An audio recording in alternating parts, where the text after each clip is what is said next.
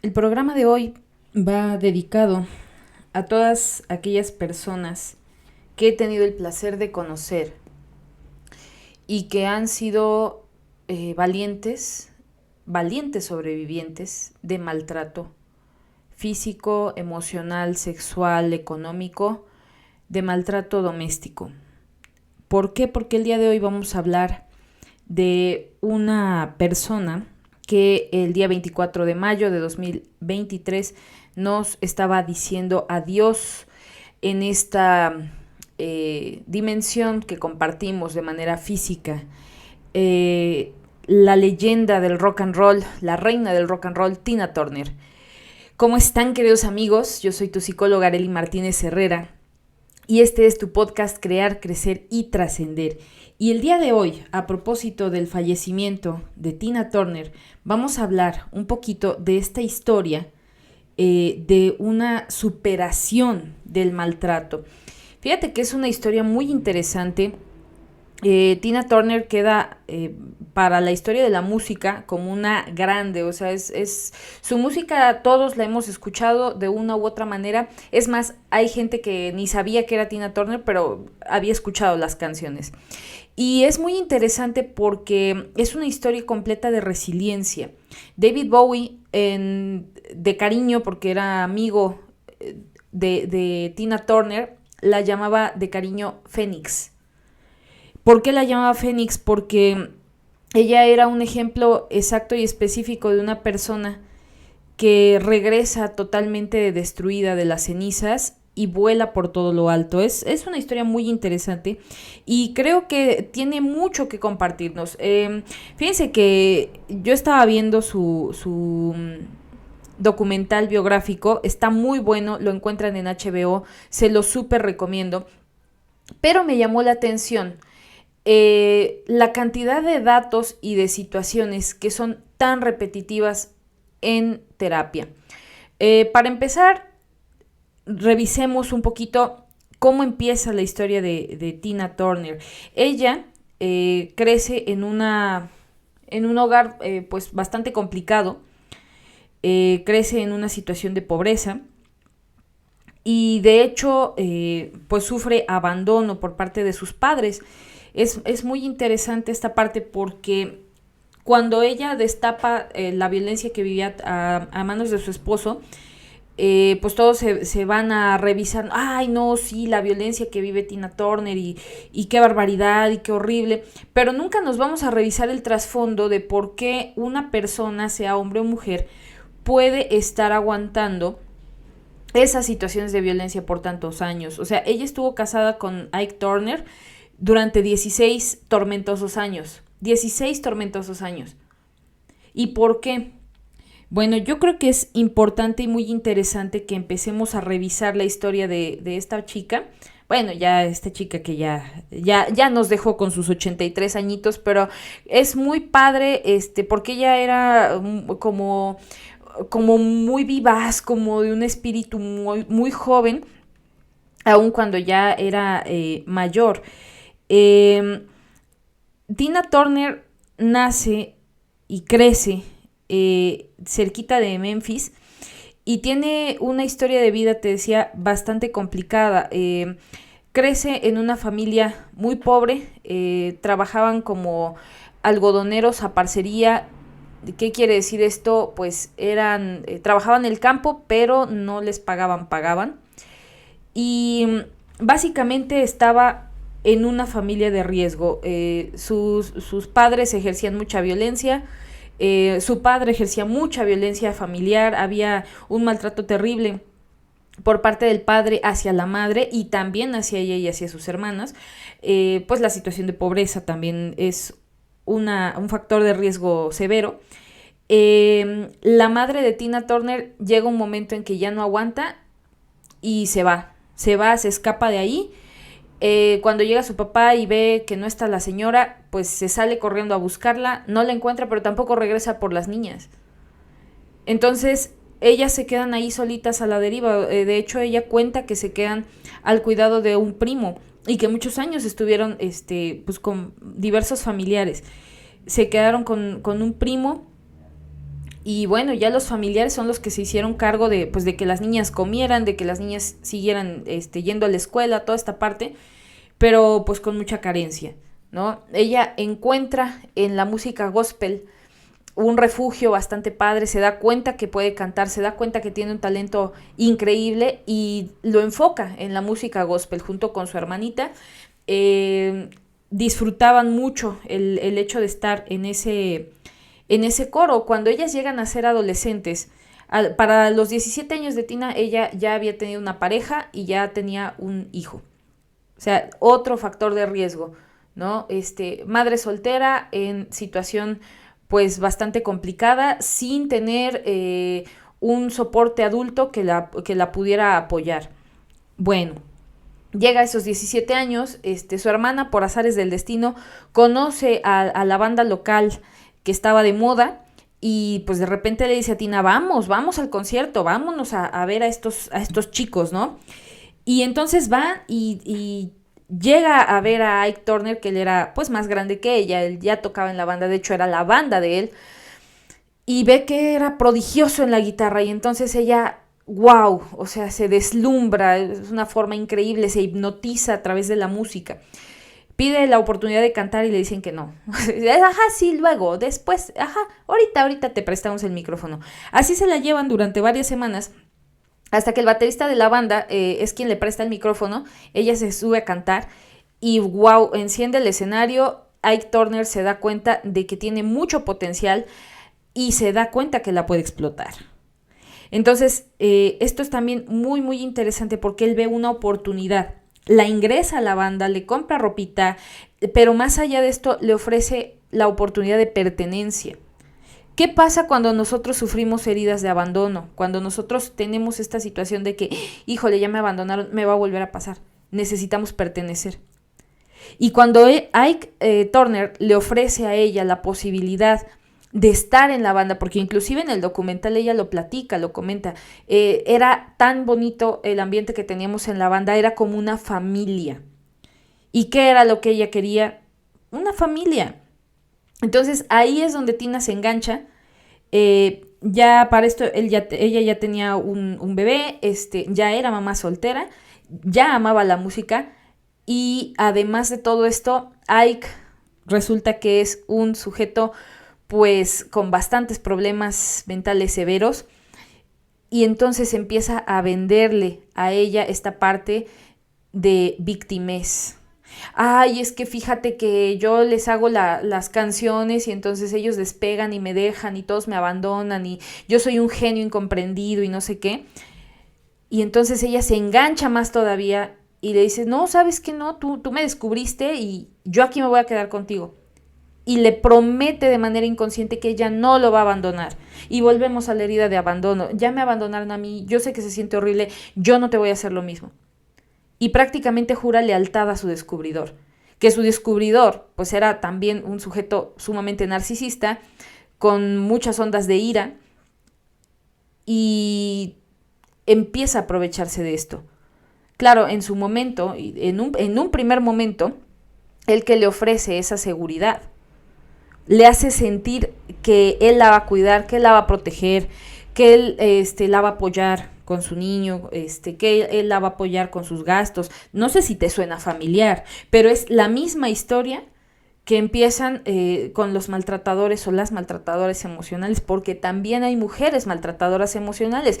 Discúlpenme, pero no podemos cargarle toda la responsabilidad a los hombres, porque no es cierto que todos sean malos, no es así. También hay maltratadoras emocionales mujeres, que de repente hay un hombre que no tiene una esposa, pero sí tiene sus hijitos, y ¿sabes qué? Yo te voy a ayudar con tus niños y te los voy a cuidar, y resulta que llegan nada más a maltratarlos. Y también caso contrario con hombres, no, yo te voy a cuidar, yo te voy a ayudar, yo te voy a apoyar para que saques a tus niños adelante, y nada más llegan a maltratarlos. O sea, pero es importante que veamos que este es el perfil del maltratador. Es vender una ilusión, te venden lo que estás necesitando, pero no te lo da, o sea, no te lo dan nunca, ¿sí? Entonces, ¿qué pasa con esto? La banda empieza a tener un poquito más de éxito, empiezan a escucharse más ¿Y qué pasa?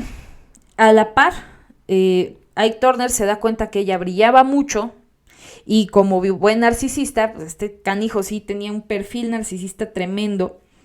Dice, ok, estás brillando demasiado, te tengo que controlar, cásate conmigo, ¿no? Y se casan.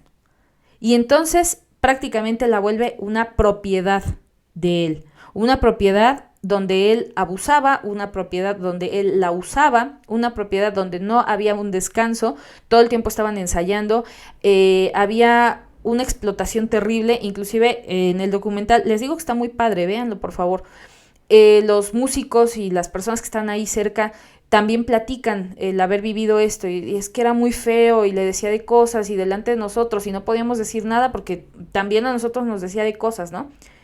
Entonces esta relación se transforma en una relación tóxica, abusiva, tremendamente violenta y como eran los años 50, ¿qué crees? Nadie decía nada.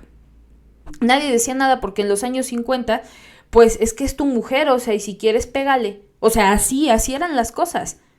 Si una persona se quejaba de que existía violencia doméstica, todos la volteaban a ver como ay, qué cosa tan rara, ¿de qué estás hablando? ¿Cómo estás diciendo esto? Entonces, esto se transforma en una montaña rusa emocional para Tina. En 1950 empieza esta colaboración, se convierten en pareja, se casan en los 60s, en 1962, y de ahí para adelante, o sea, imagínate, ya había estado 12 años trabajándole el cerebro, ya había estado 12 años con gaslighting del que ya hemos hablado, con estas situaciones de, pues sin mí no eres nada, y yo te hice, y no sé qué. Y entonces, ¿qué pasa? Pues ella tenía una lealtad ciega, o sea, era como, ¿por qué no le dijo? No, ¿por qué lo voy a dejar? O sea, pero ya no lo quiero, pero le tengo lealtad.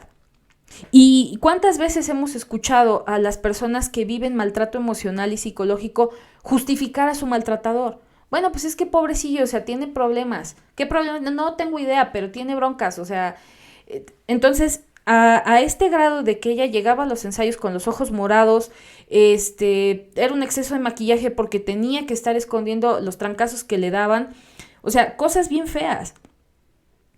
Y esta situación o sea, violaciones, antes, fíjense que no existía el concepto de violaciones dentro de un concepto marital, porque era como de, pues es que es su derecho, pues sí, pero es que siempre tiene que ser consensuado. O sea, esto sí es importante. Creo que es muy relevante el que toquemos el caso de Tina Turner, porque a través de que ella logra romper ese silencio y logra escaparse de este sujeto, y más allá de esto, logra contar la historia, y ahorita vamos a esa parte, es cuando todo esto se empieza a visibilizar, porque estamos hablando de los años 80, cuando ella empieza a hablar de lo sucedido. O sea, imagínate, 50, 60, 70, o sea, todo el relajo que se vive, ¿no? Entonces, había una situación muy, muy fea. Para esto ya tenía 4 hijitos, un hijito de ella, un hijito de este señor y 2 hijitos juntos. Y entonces imagínate los chavitos que se tenían que chutar todas las situaciones de ira de este hombrecillo horrible, situaciones de adicciones, drogas, alcohol, adicción al trabajo, toda esta situación. Y ella todavía tenía que llegar a casa a cocinar, lavar, jugar con sus niños era el escape, o sea, era como, inclusive los hijos lo decían, para ella el estar con nosotros era la cosa más maravillosa y se culpaba de que no podía estar con nosotros. Y hay una parte bien interesante de una entrevista que le hicieron donde ella dice, me convencí a mí misma de que era feliz y fui feliz por un breve tiempo, porque la idea de que estaba casada en realidad tenía un significado para mí. Para Ike era solo otra transacción. Bueno, ¿por qué es importante esto? Regresemos un poco al contexto donde ella creció. Situaciones terribles de pasar escasez severa, hambre, golpes. Entonces, ¿qué quiere decir? Todo esto estaba normalizado. Cuando ella llega a casarse con Ike y él le promete esa familia que ella tanto anhelaba, el precio era ¿no? El maltrato, el abuso, los insultos, las humillaciones, las vejaciones, todas las porquerías que este sujeto le hacía. pero para ella eso era menos, o sea, no alcanzaba a distinguir la magnitud de lo que estaba viviendo. Entonces era como, pues es que quieres una familia y aquí está tu familia y aguántate.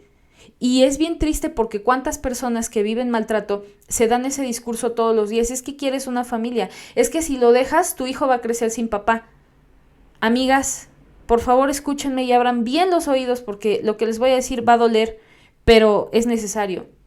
Si tienes un esposo, marido, amante, cónyuge, concubino, lo que sea, que te maltrata a ti, que maltrata a tus hijos, ¿para qué carajos lo quieres al lado? Mejor que crezca sin papá. Pero esa figura paterna, ¿para qué la quieres? Y esa es la parte que cuando las personas viven maltrato no la entienden. Y no la entienden no por otra cosa, no, porque yo he tenido aquí consultantes que me dicen, es que soy tonta, ¿verdad? No, no eres tonta, yo lo que quiero que escuches es esto, no es que seas tonta, es que estás mal acostumbrada a vivir en esa situación. Fíjense que el cerebro es bien interesante, siempre se va a acostumbrar a vivir en lo que le presentamos como una normalidad, y cuando algo sale de la normalidad, el cerebro se pone muy incómodo. Y si esa normalidad es caótica, violenta, donde me están maltratando, donde me están humillando, ¿qué crees? El cerebro se acostumbra a vivir así. Y entonces lo normaliza y no ve que esto esté mal, que es lo que le pasó a Tina Turner y que es lo que le pasa a la gran mayoría de personas que viven maltrato. Insisto, hombres y mujeres. Hace años conocí a un muchacho que tenía una novia, porque nunca se llegaron a casar, que todo el tiempo lo estaba maltratando y lo humillaba delante de las personas y le hacía sentir menos y le decía que su trabajo no valía y lo sobajaba horrible y le decía cosas, o sea, insultos muy feos, que era un poco hombre, que no valía nada, que casi que tenía que agradecer que ella se había fijado en él porque era horrible, o sea, todo el tiempo atacándolo en su cuerpo, en su persona, en su valía, todo el tiempo. Cuando él logra despertar de esa situación y la deja, pues ya ingresa a terapia, ¿no? Y nos empezamos a revisar su caso y resulta que él provenía de una familia donde su madre era una persona narcisista. Entonces, ¿qué pasaba? Volvemos a lo mismo. Tienes una normalización con la situación de maltrato. Él nunca fue reconocido por su madre, todo el tiempo lo estaba molestando, había un constante ataque hacia su cuerpo, había un constante ataque hacia su sexo, porque inclusive le decía, tenías que ser hombre, eres igualito a tu padre, es que esto y el otro, como si eso fuera algo malo. O sea, seamos bien cuidadosos cómo nos dirigimos a los niños, ¿eh? Niños y niñas. Esta parte es que tenías que ser hombre, es que tenías que ser vieja. Oigan, ¿y qué o qué? ¿Cuál es el problema? Pues naciste como tenías que nacer y eres bienvenido y eres bien recibido en este mundo y Dios te bendiga y eres valiosísimo. Pero ¿qué pasa si yo no sé que soy valiosísima o yo no sé que soy valiosísimo? Pues entonces vamos corriendo a los brazos de los maltratadores. Y fue lo que pasó con Tina Turner. ¿Ves cómo te digo que esto tiene mucho, mucho de dónde aprender? Entonces, en esta parte donde ella vivía una situación tan terrible, inclusive intenta suicidarse, o sea, ella sí tuvo intentos de suicidio, están documentados, y la cuestión fue que o sea, yo siempre les digo a las personas que tienen pensamientos suicidas, la muerte no es un berrinche ni es un capricho, nos va a llegar cuando nos tenga que llegar, pero cuando no te toca ni aunque te pongas, ¿sí? No, pero es que voy a hacer esto, voy a intentar el otro. Si no te toca, no te toca. Entonces yo siempre les digo, sean muy cuidadosos, no intenten tonterías, porque si no te toca morirte, no te vas a ir. Pero probablemente sí puedas quedar parapléjico, pero probablemente sí puedas generar un gasto excesivo ahí con tu familia, sí le puedas generar un mal a un tercero, por ejemplo. Si tú te avientas a que, no, yo voy a hacer que alguien me atropelle, y ni te mueres, pero ya le dejaste una cuentona a la pobre persona que de manera fortuita iba pasando en ese momento con su carro. O sea, ¿por qué te digo esto? Porque Tina Turner se tragó un frasco entero de pastillas muy, muy fuertes, no voy a decir el nombre porque no sé que alguien por ahí ay, voy a comprarlas. No, ni se murió. O sea, la encontraron, le lavaron el estómago, ella despertó así como inconsciente, sus amigas coristas y bailarinas que estaban ahí muy preocupadas por ella. Tina, no te mueras, no manches, no te vayas, mira esto y el otro. Y ella así como idiota, o sea, date cuenta, ¿no? Entonces, en esa situación que ya estaba en un colapso tremendo, por X o Y, a su marido se le atraviesa en el camino una persona budista, una persona que era maestra en enseñar estas cuestiones del budismo, y se la lleva a Tina y empiezan a platicar, inclusive ella dice, me trajo una chica muy guapa, muy bonita, y me empezó a platicar del budismo y me enseñó a hacer unos cantos y me enseñó esto y el otro, en el momento que yo más lo necesitaba. ¿Qué pasa? Fíjate que te voy a contar otra cosa bien chistosa que llega a pasar en terapia, y a lo mejor los compañeros terapeutas van a coincidir conmigo. En muchas ocasiones el maltratador es el primero que concierta la cita. Oye, es que necesito que me arregles a mi pareja, porque yo no sé por qué no me entiende, yo no sé por qué está de esta manera. Cuando empezamos a explorar por qué está de esta manera, el terapeuta, un terapeuta ético y calificado le va a decir, déjalo, corre, salte de aquí, ¿qué haces aquí? ¿Me explico? Y es muy chistoso porque al maltratador claro que no le parece. El maltratador lo que quiere es llevarte a terapia para que te digan, no, sí, mira, es una buena persona, aguántalo otro poquito y va a cambiar, pero te voy a decir otra cosa. Las personas que tienen un trastorno narcisista de la personalidad o situaciones de espectro narcisista no cambian. Es más, se ponen peor. Así de fácil, se vuelven más mañosos, más mañosas. Entonces, en muchas ocasiones son los primeros que te llevan a terapia para que yo quiero aquí que delante del licenciado, delante de la licenciada, me digan si yo estoy mal. Y cuando les dices en su cara que así están mal, se ofenden y se van. O sea, porque además todo tienen, ¿no? Si ellos te dicen, no, es que yo quiero trabajar en mí, 2 sesiones y de ahí se van a seguir haciendo de las suyas. Pero dicen que el psicólogo no sirve, ¿eh? O sea, es muy chistoso, nunca asumen su responsabilidad, nunca la van a asumir. Entonces, en este caso con Tina Turner fue algo muy similar. Le lleva a esta señora, Tina empieza a trabajar en su espiritualidad a través del budismo, empieza a hacer mantras, empieza a reconectar consigo, lo cual a mí me parece una cosa muy bella. Y entonces ella empieza a agarrar valor. ¿Por qué te cuento esto? Porque también hay otra cosa importante. Yo siempre les digo a las personas que viven en un maltrato, primero sánate y después te sales de la situación en la que estés, de la casa en la que estés. Primero hay que hacer un plan de acción y primero hay que sanarse. ¿Por qué? Porque si tú no sanas en lo emocional, te vas a regresar a las garras del maltratador o de la maltratadora. ¿Y qué crees? ¿Dónde vemos esto? Ahí están las parejitas que van y vienen, ya hasta los conoce uno. Son tus amigos los tóxicos. Sí, ya ves que se dejan y regresan y se van y esto y el otro. Ya hasta caen gordo. Ya hasta todos lo saben. Ay, sí, es que ya ves que están medio loquitos. O sea, ¿pero por qué? Porque no han sanado en su interior, no han crecido espiritual y emocionalmente, no saben que tienen las herramientas para librarse de esta situación de dependencia emocional. Por eso siguen ahí, por eso se quedan o se regresan. ¿Cuántas y tantas veces yo he conocido personitas que de verdad hemos aprendido mucho aquí en terapia con ellas? Porque llegan y te dicen, ¿sabes qué? Es que no puedo dejar a mi pareja. Me hace de todo, ¿no? Es infiel, me golpea, me maltrata, me humilla, pero cada vez que yo me voy, aguanto una semana y de ahí me regreso. O no aguanto más de 2 días sin contestarle un mensaje. O ya nada más con que me mande florecillas, yo ya, ay, sí, bueno, ya te perdono, pues ya le vamos a echar ganas, mira, porque esto y el otro. Dice, y a la semana otra vez me sale con sus cosas.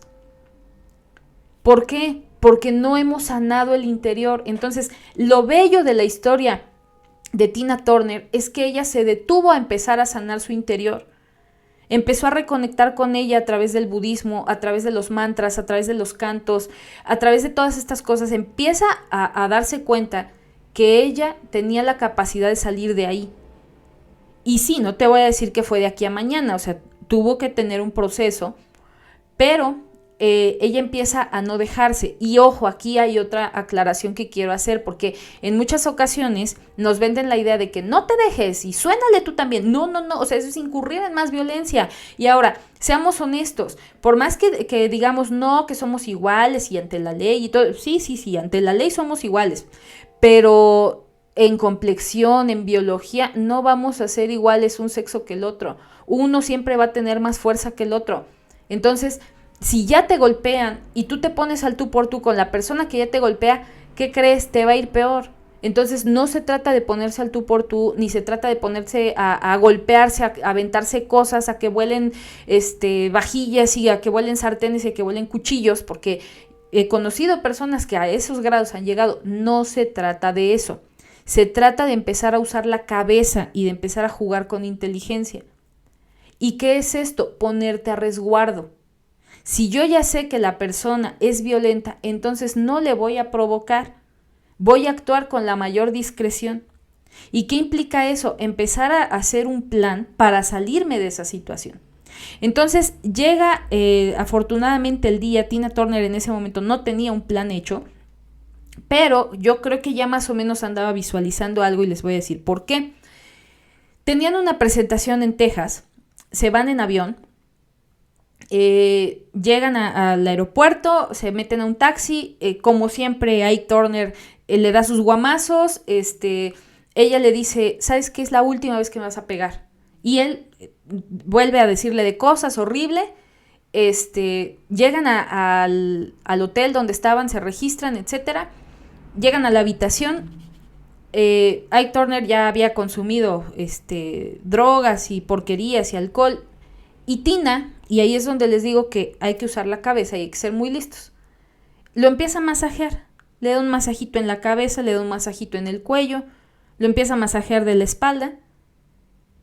Queda dormido, se queda dormido ya entre su borrachera y sus porquerías que se había metido y el masajito que le dan, se queda dormido.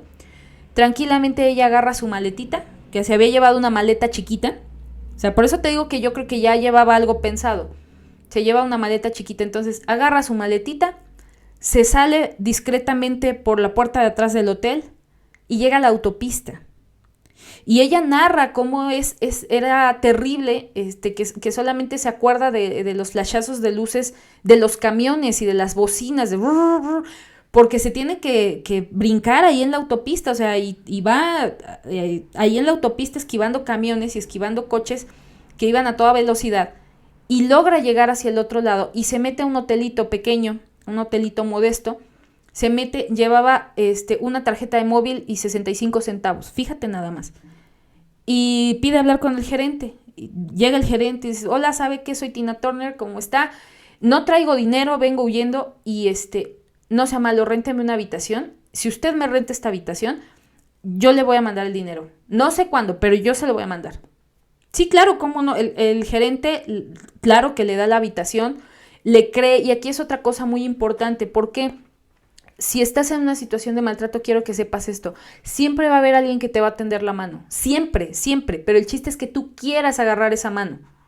El chiste es que tú quieras tomar esa ayuda.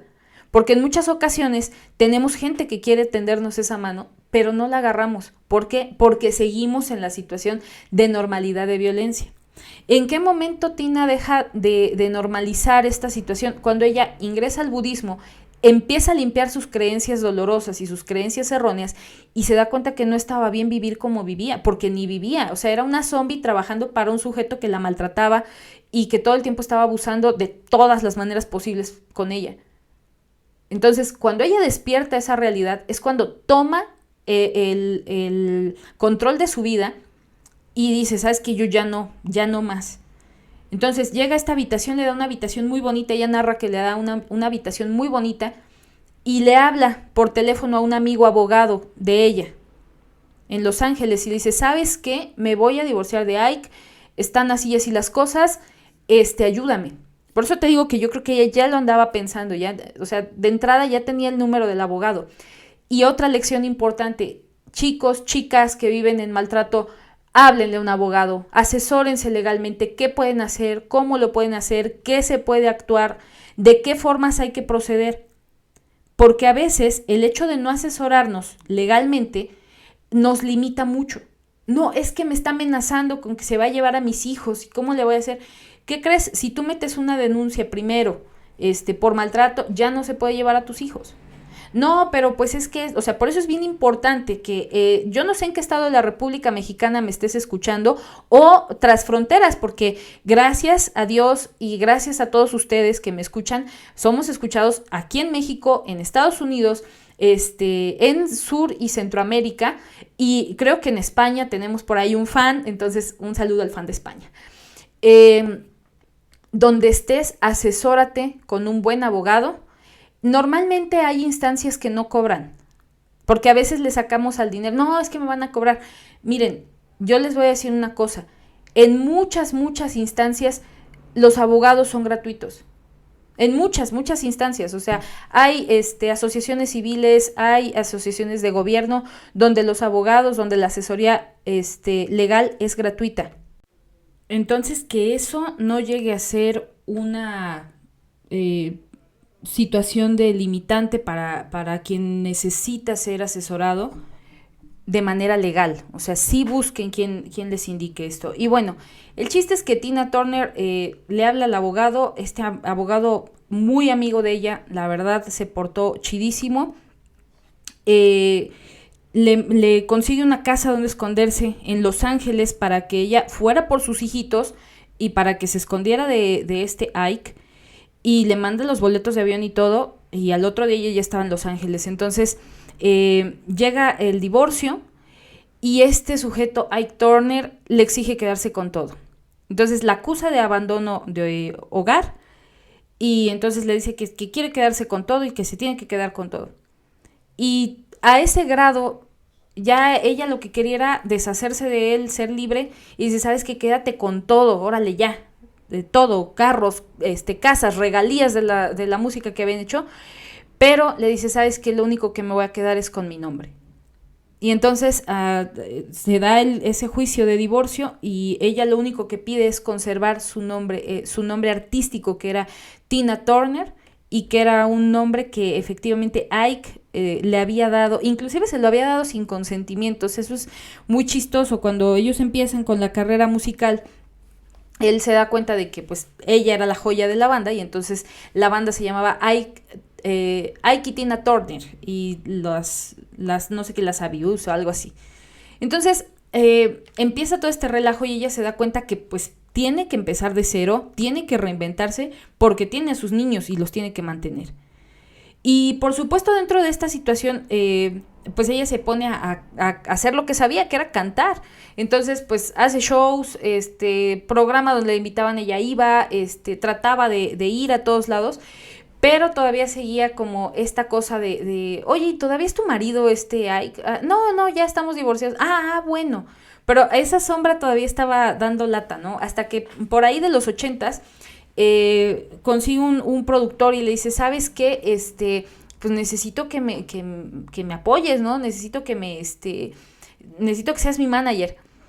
Y para ese entonces, Tina ya tenía más de 40 años, ya había estado luchando en muchas cosas y todavía no sobresalía, ¿no? Entonces era muy difícil para un manager colocarla. Y dice, pues a ver, órale, vamos a ver qué haces, ¿no? Y entonces le cambia la imagen, empiezan a tocar puertas y bueno, de manera muy fortuita, pega con una canción que ni siquiera quería cantar. O sea, era de esos hits que son como un descubrimiento porque nadie los quería, ¿no? Entonces, eso es muy chistoso, pero de ahí para adelante ella toma vuelo y hasta el cielo, ¿no? Entonces, ¿qué pasa en estos años? O sea, ella se lamentaba mucho durante su vida por no haber tenido antes el valor de dejar a este sujeto, por haber permitido tanto maltrato. Ella decía, pero ¿cómo no me fui antes? ¿Por qué no me fui antes? Es que ¿por qué no me fui antes? Bueno, recordemos el fenómeno que ocurre. En primer lugar, a ella le habían lavado el cerebro. En segundo lugar, ella estaba en una situación de violencia normalizada, porque era en lo que ella había crecido también. O sea, no alcanzaba a distinguir que eso no estaba correcto. Número 3, ella no sentía tener los recursos necesarios para salirse de esa situación. Entonces, por eso es importante que empecemos a ver qué recursos y con quiénes contamos, porque en cuanto ella tomó la decisión, sí hubo gente que la apoyó, o sea, sus amigas la apoyaron, este abogado que le facilitó las cosas la apoyó, o sea, siempre hay quien te apoye. Y bueno, el detalle aquí es que ella tenía esta situación de que no puedo tener un amor genuino. ¿Por qué no puedo tener un amor genuino?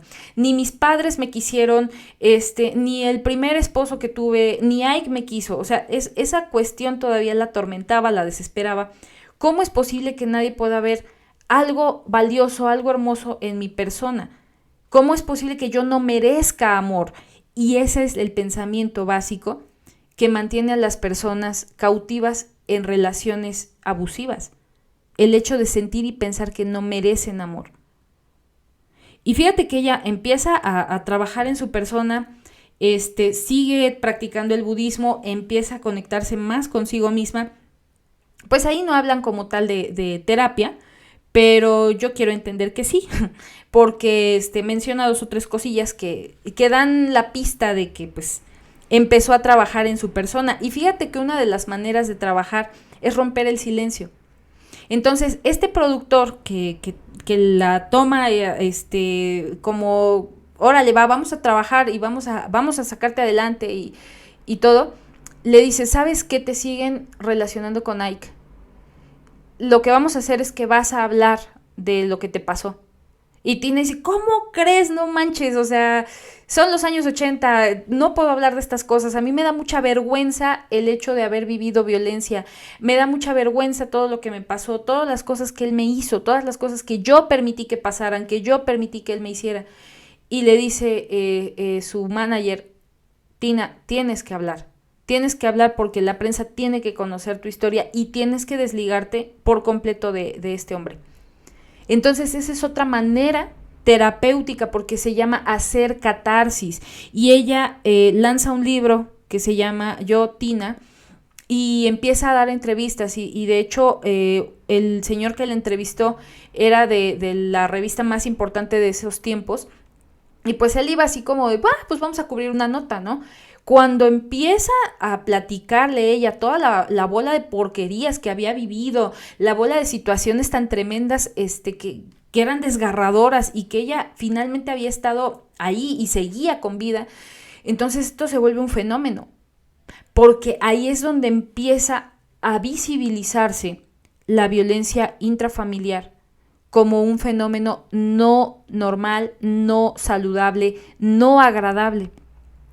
Entonces, obviamente muchas personas, en su mayoría mujeres que vivían esta situación, empiezan a empatizar con ella y dicen, no manches, yo vivo lo mismo y si ella pudo, yo también. Y entonces empieza a haber este cambio y Tina Turner resurge como una persona conocida y más allá de una persona conocida, empieza a ser un símbolo de si ella le pasó todo esto, no, pues yo también voy a dejar a este sujeto que es un maltratador conmigo. Y ella se empieza a dar cuenta de esta situación. Insisto, es, la parte de hacer catarsis, la parte de hablar de lo que te ha pasado es muy sanador. Y empieza a reconocer en ella que sí era valiosa y que sí era digna de ser amada. Entonces es una cosa muy padre porque cuando ella empieza a darse cuenta que sí merecía amor, que sí era una persona valiosa, que sí era increíble y además empieza a trabajar desde el desapego porque el budismo es lo que maneja el desapego, entonces es cuando empiezan a llegar los éxitos. O sea, es muy interesante. Empiezan a llegar los éxitos, empieza a llegar esta ola de canciones ya rock, que ella era lo que le gustaba, y empieza a llenar estadios. Y entonces, ya en los 80, ya que era una superestrella, se cruza en Europa, porque en Estados Unidos no creían en ella, era demasiado, su música, así la llamaban ellos, era demasiado de un género y como que no pegaba, ¿no? Pero en Europa la amaban, entonces la mandan a una gira a Europa y ella se va encantada. Y en Europa, y ya con su yo resuelto, y ya con esta cuestión de saber quién era ella, qué quería, qué esperaba de sí misma, qué podía dar, o sea, ya más sana emocionalmente, se encuentra con un muchacho que resulta que él era ejecutivo de su discográfica, que era Erwin Bach. Y Erwin Bach pues la empieza a cortejar y ella dice, no, ¿cómo crees? Porque eres 16 años más chico que yo y qué van a decir, porque volvemos, en esos años, o sea, eran situaciones todavía muy prejuiciosas. Entonces empieza a andar con él, empieza una relación con él y nadie los toma en serio y todos, ay, pues es su chamacón, es su boy toy, ¿no? Ahora sí dijéramos actualmente es su colágeno. Bueno, resulta que con Erwin Bach ella empieza a vivir esa relación amorosa de pareja genuina que antes no había podido vivir. Y resulta que es un sujeto respetuoso, que la ama, que ella lo puede amar a él, que ella se puede dar el permiso ya de amarlo también a él. Y que cuando ella sufrió una situación muy severa con su riñón, ella ya andaba colgando los tenis y ya andaba hasta haciendo sus trámites para dejar este planeta. Él dice, no, ¿sabes qué? No te vayas, mira, te dono mi riñón, y le dona el riñón. Y eso le alargó todavía otros añitos la vida a ella. Entonces ellos vivieron en Suiza 30 años juntos, o sea, a pesar de que nadie creía en su relación, sí se llegaron a casar, fueron novios muchos años, se llegan a casar, pero 30 años estuvieron juntos, ¿sí? Instalados en Suiza. Entonces, creo que es muy interesante porque nos dicen los que saben, ¿no? Siempre vas a tener las relaciones para las que te alcanzan. De acuerdo a cómo tú te percibas, es como vas a permitir que las otras personas te perciban. Y de acuerdo a cómo tú te trates, es como les vas a enseñar a las otras personas a tratarte. ¿Por qué es importante esto? Porque hasta que ella se hizo cargo de su persona, trabajó terapéuticamente de la forma que haya sido, porque hay 1001 terapias, o sea, esto es importante, no solo la terapia psicológica tradicional, hay 1001 formas de terapia y todas son efectivas, pero ¿de qué requieren? Requieren de total y completa honestidad y requieren de total y completo interés de la persona en sanarse. Y eso es lo que tuvo ella. Entonces, imagínate esta historia increíble de resiliencia, de superación de abuso, y ya pues al grado que ella llegó a fallecer apenas ya de viejecita. Entonces se retiró de los escenarios, vivía en un suntuoso castillo ahí en Suiza, chidísimo. En su momento, pues sí, todavía hubo 2 o 3 dramas por ahí en su vida, o sea, inclusive uno de sus hijos, su hijo el mayor, se suicidó con un disparo en la cabeza y bueno, ella declaró que él buscaba la paz que nunca había encontrado porque siempre se había sentido abandonado por sus ausencias, que ella no había sido una madre presente porque siempre estaba de gira o grabando o cosas por el estilo, pero no tomaba en cuenta, o sea, cuando esto pasa y a ese grado, ella llega a asumir su responsabilidad, pero se carga también de culpa, o sea, no alcanzaba a distinguir que también el hecho de haber vivido en una familia violenta, con un padrastro abusivo con ella, pues cómo iba a dejar secuelas en sus hijos. O sea, esto también es importante porque por eso yo les decía, ¿qué estás haciendo con una pareja maltratadora? No te está dejando nada y te está dañando a ti y a los tuyos, te está dañando a tus hijitos. Esta cosa de que es que no lo dejo porque cómo mis hijos van a crecer sin padre, aguas, ¿qué es lo que tú estás buscando y qué es lo que tú estás persiguiendo? Porque normalmente vamos por espejismos. Es que quiero darles la familia que yo no tuve. Construye una familia nueva y eso no quiere decir que vayas y te involucres rapidito con otra persona. No. Construye una familia nueva, mejorada, pero ¿cómo? Desde la salud mental y emocional. Y eso no va a pasar si tú no te trabajas primero. Eso no va a pasar si tú no te haces un análisis y ojo, vas con el terapeuta y empiezas a cambiar tus modelos de conducta y empiezas a cambiar tus patrones aprendidos y empiezas a cambiar las normalizaciones que has tenido. ¿Por qué les digo esto? Porque si no, no se sale de las situaciones de maltrato. O sea, sales de una para acabar en otra. Sales de Guatemala y te vas a meter a Guatepeor. Bien que dicen, si tú no trabajas tus traumas, tus situaciones, vas a buscar a una persona en el cuerpo de otra, y en el cuerpo de otra, y en el cuerpo de otra. Entonces, fíjate que ya para ir concluyendo, hay otro libro que escribió también Tina Turner, que habla precisamente respecto al budismo. Entonces, es muy interesante porque en ese sentido creo que es un librito que sí podríamos buscar y de una u otra manera podríamos empezar a revisarlo, ¿sí? ¿Cuál es esta situación de crecimiento? Hay que buscar. La felicidad nace de ti, así se llama, Luciérnaga. La felicidad nace de ti. Y es un relato de cómo ella utilizó el budismo para salvar su vida y para crecer en lo espiritual y emocionalmente. Entonces, queridos amigos, queridas amigas, el día de hoy esto es un programa de esperanza. Yo no sé quién necesita escuchar esta historia inspiradora de Tina Turner, pero inclusive ella lo decía, sabes que a mí no me gusta hablar de esto, pero tengo que hablarlo porque alguien tiene que reflejarse aquí y aprender de mi historia. Ella llegó a ser una asociación para víctimas de abuso doméstico.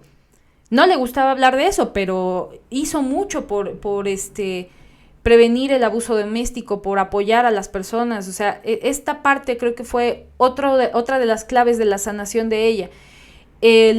A través de los recursos económicos que ella ya tenía, pues también ponerlos a trabajar en pro de las personas que en ese momento estaban viviendo la misma situación que ella. Y creo que es importante que aprendamos de su historia para no meternos ahí. O sea, si estás identificando que vives una relación violenta, una relación abusiva, una relación tóxica, estás a muy buen tiempo de salirte.